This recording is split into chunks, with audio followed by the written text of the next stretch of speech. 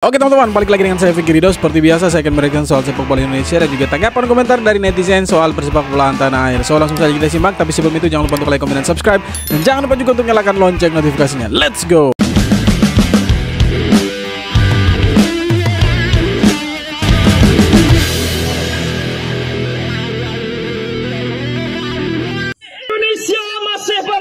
Dengan jaringannya, mereka tahu mereka masih lagi berpeluang di sini. Sepak bola Indonesia ini memangnya sudah level itu sudah lain. Dia bukan lagi level Asia Tenggara yang kita biasa lihat kan. Apa yang dilakukan oleh Indonesia adalah sesuatu yang boleh dikatakan permainan Eropah. Kan lebih-lebih lagi pemain-pemainnya ramai base di Eropah. Jadi saya dengan komentator dari Inggris itu menyatakan short passing 1-2 semuanya berlaku dalam masa 1-2 tahun. Ini orang Malaysia sampai ngomong begitu, tapi orang di kita Indonesia, pengamat sepak bola kita bilang Indonesia belum sampai ke sana, kita harus bersaing lagi. Kenapa begitu? Beda sekali ini penglihatannya orang Malaysia. Sangat agresif dalam mencari pemain-pemain yang berkualiti untuk meningkatkan kualiti sepak bola di Indonesia. Bermunculan sebuah statement, ada rasa kecemburuan dalam tanda petik. Di Indonesia ada Erick Thohir, sedangkan di Malaysia Pak Erick Thohir. Agak iri sebenarnya, agak jealous. Ya mereka aja iri dengan kita, tapi ada yang bilang tidak bangga, itu kan lucu itu. Tahukah kalian bahwa timnas Indonesia belum pernah kalah saat diperkuat Jai Idzes? Selama Jai Idzes bermain untuk timnas Indonesia belum pernah terkalahkan sampai saat ini. Pada pertandingan ronde 2 melawan Vietnam, Indonesia menang 1-0 pada leg pertama, menang 3-0 pada leg kedua. Indonesia juga menang 2-0 melawan Filipina. Beberapa hari yang lalu, Indonesia menahan imbang Arab Saudi. Dan semalam, Indonesia bermain imbang melawan Australia. Dan gilanya, Indonesia hanya kebobolan 1 gol dari 5 pertandingan saat Jai Idzes bermain. Namun apakah kalian setuju Jai Idzes berduet dengan Jordi Amat? Dia lebih cocok dengan Rizky Ridho, Justin Hubner. Kalau dengan Jordi Amat kayaknya agak berat ini. Jordi Amat sering lakukan blunder itu. Gosipnya apa yang beredar sekarang di media? Incer oleh Romani kan? Gagal kan apa? Enggak, bukan di luar gagal atau enggak, tapi kan incer seorang striker. Iya, berarti emang di situ masalahnya. Pendekatannya gue rasa di belakang banyak terjadi untuk ke striker. Artinya memang mereka mencari yang striker lebih bagus yang bisa cetak gol. Berarti saat ini memang lagi dilakukan. Ya memang kita kurang striker. Dari semua pertandingan kita memang kalahnya di striker saja ya. Bukan karena memang gak ada pilihan, striker yang jadi pilihan utama. Mungkin bukan lebih bagus Coach Ian, mungkin tipenya beda gitu ya. Lebih bagus dibandingin strike. Bagus. Strike terlalu muda. Nah ini pilihan Sintayong. Inilah kenapa gue bilang Sananta atau Prayoga, tapi hoki selalu dibawa. Kasih hoki kesempatan yang dia lakukan dulu dengan Witan. Ya mungkin strike punya kelebihan tersendiri mungkin ya. Jadi STY ini selalu kasih dia sebagai starter. Mungkin seperti itu. Pelatih Brazil bilang gini, kami akan berada di final Piala Dunia 2026. Kami akan menjadi finalis. Oke, jadi itu statement dari percaya diri sekali dong timnas Brazil. Ya udah, kalau kayak gitu ya udah. Kita percayain aja sama Coach Sintayong, tinggal Coach Sintayong meracik strategi untuk melawan Brazil nanti. Oke, gimana menurut kalian? Yuk kita komen. Semoga ketemu Brazil lah. Ya, siapa tahu akan ketemu di final juga. Ya, tapi terlalu jauh. Kalau gak parkir tronton depan gawang, timnas bisa kalah 6 gol. Untung STY nurut sama Picimara. Salam Pancasila. Skor akhir timnas Indonesia melawan Australia adalah kacamata alias 0-0. Ya, skor itu diperoleh bukan karena serunya pertandingan, tetapi karena bertahan totalnya timnas Indonesia. Bahasa kerennya parkir tronton depan gawang. Jadi sepanjang 90 menit ya para penonton Indonesia atau para pendukung Indonesia termasuk saya menahan nafas. Aduh, hampir gol. Untung kipernya bagus. Nah ya, jadi realistis gitu. Ya bukan soal wah tidak membela Indonesia, wah tidak nasionalis. Ya, realistis dan logis. Tidak akan berimbang. Ya karena memang dari ranking FIFA aja jauh, dari pengalaman bertanding pun jauh. Ya, makanya sering saya ingatkan Ya, kalau susunan timnas Indonesia sekarang sangat mentereng dengan nilai margin atau nilai keseluruhan pemain berapa miliar atau berapa triliun. Ya, nyatanya menghadapi Australia di kandang sendiri aja, ya, nggak berkembang permainannya, nggak berkembang. Terus harus bagaimana gitu kan? Sintayong aja kelihatan bingung mau diganti siapa ini gitu, sulit gitu. Karena memang pergerakan pemain Australia ini luar biasa dengan tinggi badan yang melebihi rata-rata tinggi badan Indonesia berapa kali itu. Ya, jadi bagaimana nanti ketika harus masih melawan Jepang ya, atau main di kandang Australia, main di kandang sendiri aja dikurung segitu ketatnya. Ya, muter-muter di setengah lapangan doang, mau nyerang nggak bisa, mau nyerang nggak bisa. Ya, prihatin nggak? Ya prihatin. Aku aja tadi sampai meneteskan air mata menyaksikan timnas Indonesia ini dikurung seperti itu. Padahal para pemainnya sudah katanya pemain-pemain hebat dari Eropa, terutama Belanda. Ya, timnas cabang Belanda kok mainnya ya jauh di bawah Persis Solo itu. Ya, jadi tidak ada perlawanan sedikit pun gitu. Ya, jadi gimana lagi cara ngomong, cara menjelaskan ke kalian? Ya, bagaimana nanti skor di Australia? Kita nonton aja dia sampai selesai ya. Di kandang Australia, ya pasti kalian semua pengennya timnas menang di kandang Australia, yang ngimpi. Ya, terus lawan Jepang nanti kamu pengen melihat beradu serangan, ya kan, beradu taktik, nafas sama-sama kuat. Enggak. Ya masih jauh, karena memang kualitas para pemain yang dinaturalisasi ini juga kelas C, kelas 3, ya tidak kelasnya mereka gitu ya. Terus kalau kalian berpikir timnas Indonesia sekarang berkembang, memangnya timnas negara lain mandek? Ya, timnas Indonesia berkembang ya kan? Ya mereka juga berkembang, ya terus gitu. Ya memangnya timnas mereka mandek gitu. Ya terus bisa disusul Indonesia gitu. Ya cara pikirnya dirubah. Nah, menurut saya dia punya cara pikir yang harus dirubah. Sepertinya dia punya otak sedikit kosletin. Jadi saya pikir waktu Indonesia lawan Australia, ya kita lihat saja dia punya kelas ranking FIFA kan beda jauh. 25 dengan 133 itu ya gapnya jauh sekali gitu. Kemudian kalau kita bilang sudah pakai pemain Eropa tapi Parker Best, saya pikir ya salah juga saya pikir. Ya kan? Kenapa? Karena kita lawan tim yang berkualitas. Kita lawan tim yang secara permainan jauh di atasnya kita. Ya mau tidak mau, suka tidak suka, kita harus bertahan. Sekalipun hasilnya imbang, itulah hasil akhirnya. Apakah kita tidak mau terima? Ya harus terima dong. Apakah kita menahan nafas waktu Indonesia bermain? Ya pastinya kita semua deg-degan. Ini hampir kalah nih. Tapi sayangnya mereka solid, kuat. Kekurangan kita cuma satu. Kita tidak punya striker. Jadi kalau misalkan kita bermain di kandangnya Bahrain, kandangnya Cina, atau nanti away ke Australia dan Jepang, saya pikir ya kita tidak bisa target terlalu banyak. Ya imbang saja sudah cukup. Nah yang target menang itu kita bisa lawan Cina itu bisa 6 poin di kandang home away. Lawan Bahrain home away kita bisa target 6 poin. Nah, kalau kita sudah menang di 4 pertandingan itu, saya pikir kita punya kans untuk lolos. Jadi kalau kita terlalu berbicara banyak bla bla bla bla, kita pesimis dengan pemain-pemain Indonesia, ya kapan pemain-pemain ini bisa berkembang? Kapan Indonesia ini bisa maju? Kalau pemikiran kita itu hanya stagnan saja, tidak mau lihat timnas berkembang dan lain sebagainya.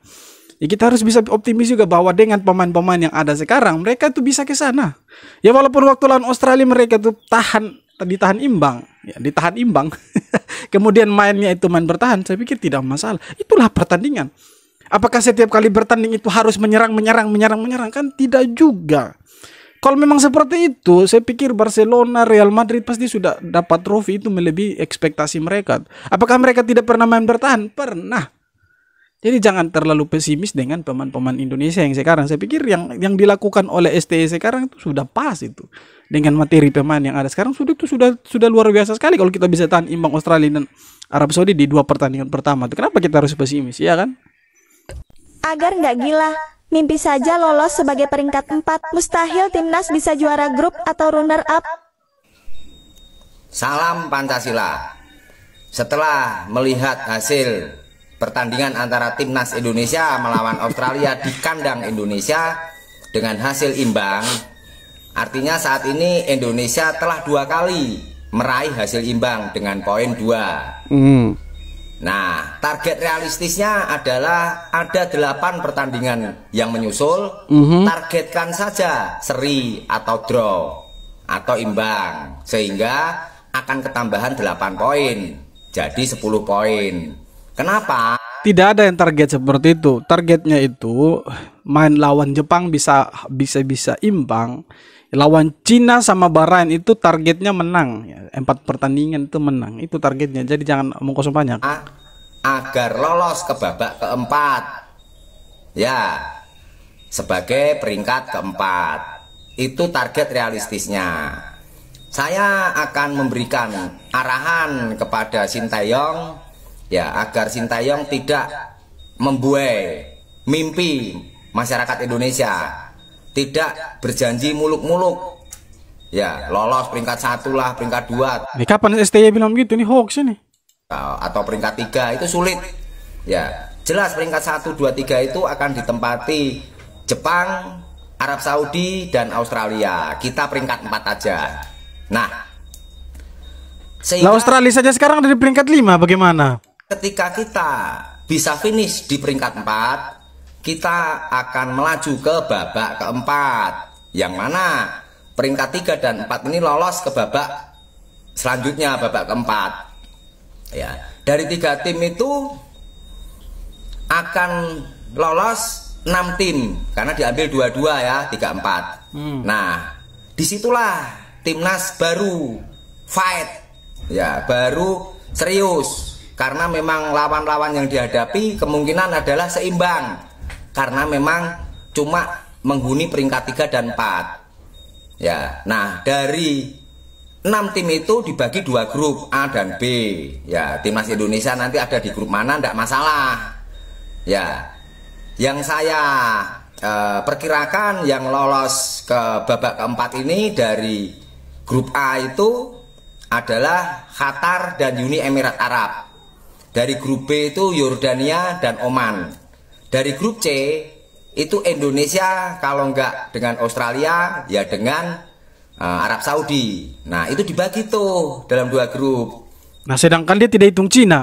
Cina itu dibantai habis-habisan oleh Jepang 7-0, kemudian kalah lagi kemarin dari Jepang 5-0. Kenapa dia tidak hitung untuk masuk ke ronde ke-5? Artinya bukan berdasarkan analisis. Ya. Bukan berdasarkan analisis sepak bola. Nah, itu akan langsung melaju menyusul 6 tim yang sudah lolos dari babak ketiga.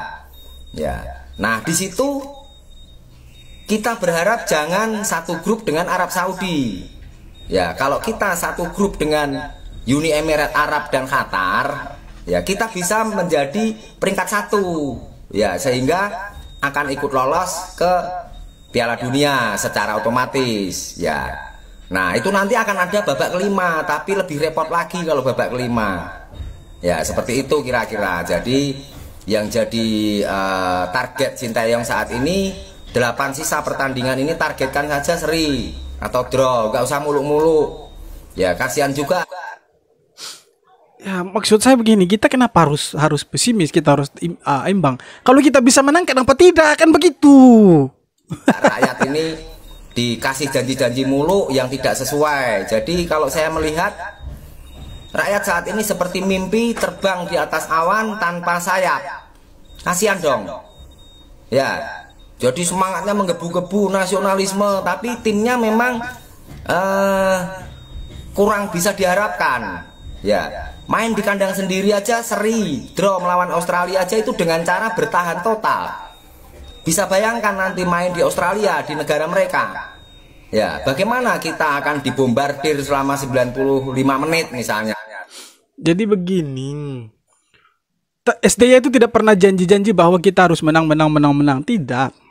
STY saja bilang kemarin waktu lawan Australia ini lawan yang sangat kuat.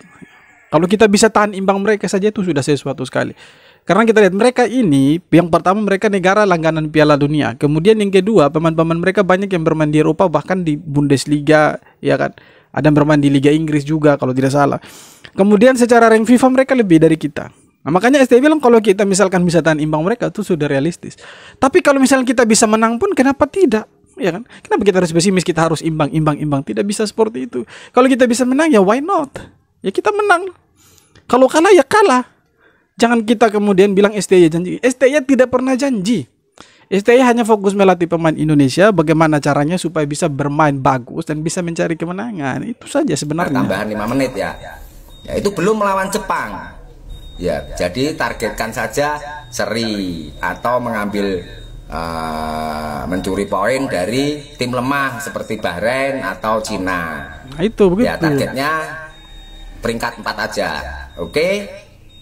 Ya, ini realistis betul kita bisa dapat peringkat 4, tapi melihat dari 2 pertandingan ini saya pikir tidak mustahil kita ada di peringkat 3 atau peringkat 2. Saya sih optimis kita mungkin ada di peringkat 3 atau 2 ya. Karena kalau kita lihat dari pertandingan pertama dan kedua, negara-negara kuat ini loh yang kita lawan, kita bisa tahan imbang mereka itu luar biasa itu. Kenapa kita tidak apresiasi itu? Iya kan, kita bilang ini memalukan dan lain sebagainya. Kita harus apresiasi apa yang sudah mereka buat sebenarnya. Realistis dan logis. Ya, saya tidak mau dibuai mimpi terlalu tinggi karena buktinya memang belum ada. Ya tidak ada yang memberikan janji juga. Tidak ada yang memberikan janji. Yang memberikan janji itu siapa? Coba saya tanya. Tidak ada kan? Apakah STY bilang kita nanti harus menang dalam semua sisa 8 pertandingan? Ini kan tidak juga. Iya kan? STY kan bilang intinya kita bisa bermain bagus, anak-anak bugar bisa bermain bagus, bisa dapat hasil imbang sudah lumayan realistis. Kalau menang ya alhamdulillah puji Tuhan, kan begitu. Ya, kan belum ada. Ya, dengan materi tim semi Eropa. Ya, semi Eropa kenapa? Karena pemain keturunan Eropa. Itu pun tidak moncer kok. Ya, tidak keren, tidak hebat. Wah. Ya, tidak seperti. Ya, dengan pemain kelas Eropa saja kita ditahan imbang sama Australia dan Arab Saudi. Apalagi dengan pemain-pemain lokal. Ya bukan mendiskreditkan pemain lokal ya, tapi kalau kita mau berbicara kualitas, mereka di atas rata-rata. Ini pemain yang di atas rata-rata pemain lokal saja kita bisa imbang dengan mereka. Apalagi dengan pemain lokal, pasti kita dibantai habis-habisan. Iya kan? Itu yang saya bayangkan dan kalian bayangkan. Begitu kira-kira, oke? Tidak sih, kita lebih realistis lagi sebenarnya. Kita realistisnya bisa tahan imbang Jepang. Ya, kemarin kita sudah tahan imbang 2 negara. Setidaknya lawan Cina dan Bahrain kita bisa menang lah. 6 poin dapat dari mereka. Ya, 2 kali pertandingan 6 poin. 2 pertandingan 6 poin jadi 12 poin ya. Jadi itu targetnya sih sebenarnya dari netizen. Tapi apapun hasilnya saya pikir saya harus tetap mendukung Indonesia.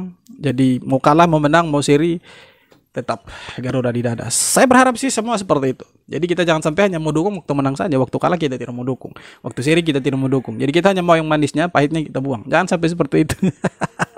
Oke teman-teman, sekian video kali ini. Terima kasih banyak sudah nonton video sampai akhir. Sekali lagi jangan lupa untuk like, comment, dan subscribe. Kita jumpa lagi di video-video berikutnya. Hormat.